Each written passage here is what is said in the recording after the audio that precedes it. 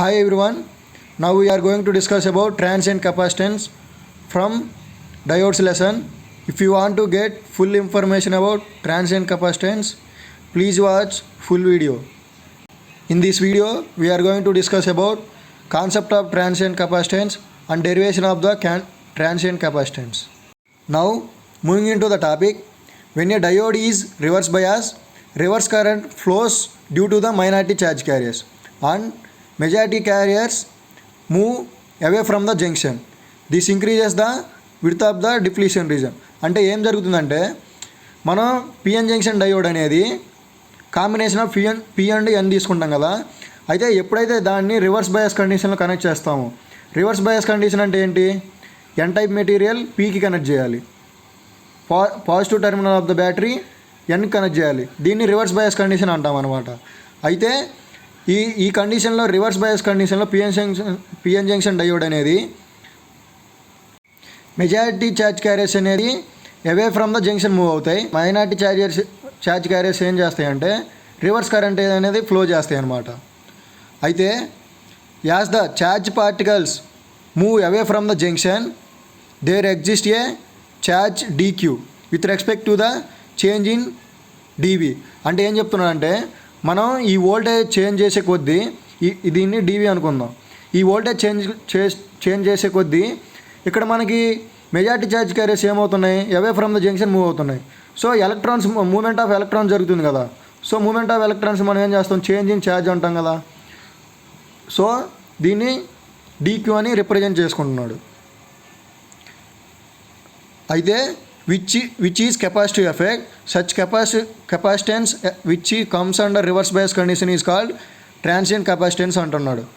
దీన్ని space capacitance అంటారు and depletion layer capacitance also అంటారు. మనం ఇందాక అనుకున్నట్టు మనకి majority charge carriers away from the junction జరిగేటప్పుడు మనం అనుకున్నాం కదా, డీక్యూ ఛార్జ్ ఫామ్ అవుతుంది ఎప్పుడు వోల్టేజ్ చేంజ్ చేసే కొద్దీ. So that equation is given by transient capacitance is given by dq by dv, అంటే change in charge by change in voltage అనమాట. And to know how transient capacitance change with respect to the width of the depletion region అనేది derive చేద్దాం. అందుకోసం considered a PN junction diode.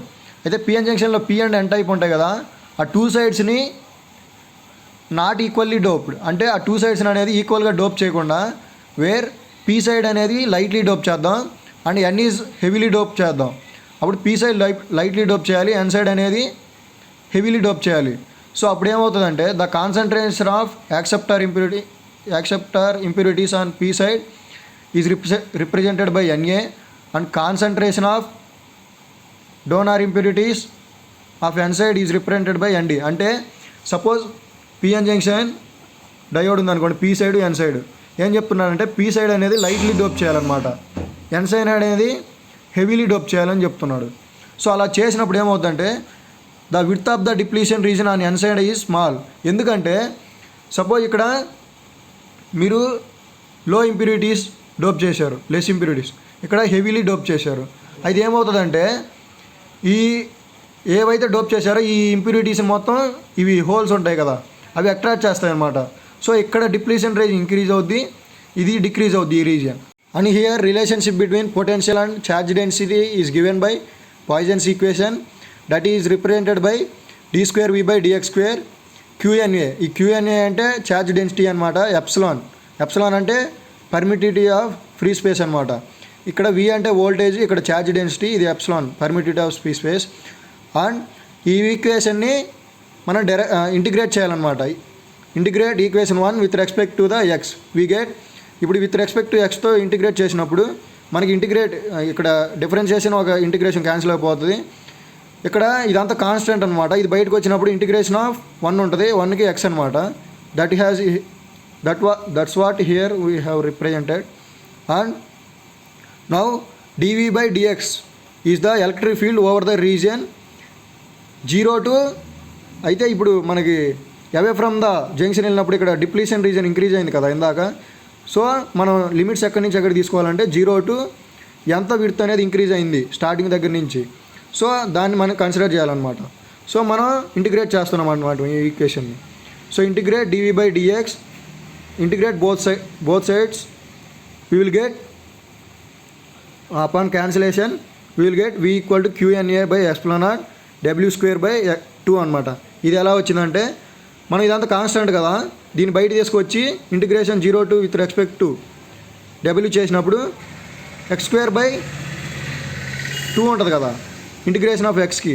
So దాన్ని మనం ఈ limits of substitute చేసినప్పుడు upper limit by lower limit చేసినప్పుడు మనకి w square by 2 వస్తుంది అనమాట.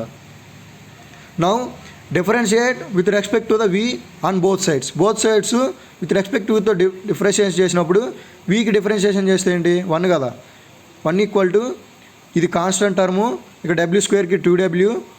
మనం విత్ రెస్పెక్ట్ టు డబుల్తో వీని విత్ రెస్పెక్ట్ టు డబుల్తో చేస్తున్నాం కాబట్టి డబ్ల్యూకి ఇక్కడ ఏ ఉంది కాబట్టి dw by dv.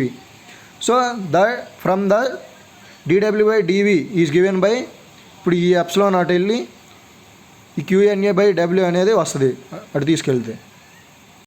Now the net charge q in the junction can be given by q equal to number of charge particles and particle charge అనమాట.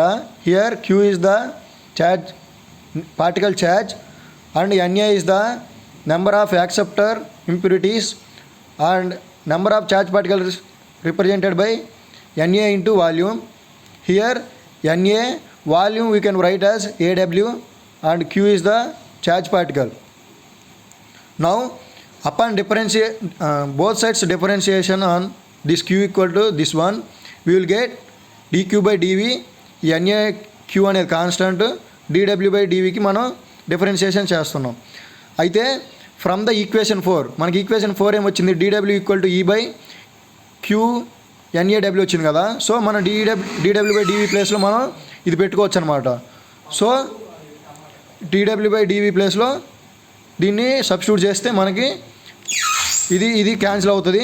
So dq equal to A E by W అనేది మిగులుతుంది అనమాట.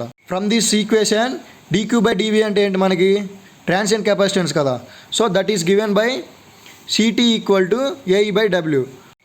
So from this equation we're going to know that transient capacitance increase చేసే కొద్దీ width of the depletion region అనేది decrease అవుతుంది అనమాట. So that as the reverse bias applied to the diode increases, అంటే reverse bias increase చేసే కొద్దీ depletion width అనేది increase అవుతుంది అనమాట. Then the transient capacitance decreases from this equation. This is about the transient capacitance and its derivation, how transient capacitance is going to change with respect to width of the depletion region. I think this is useful information for you.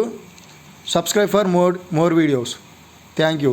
If you have any doubts, please comment.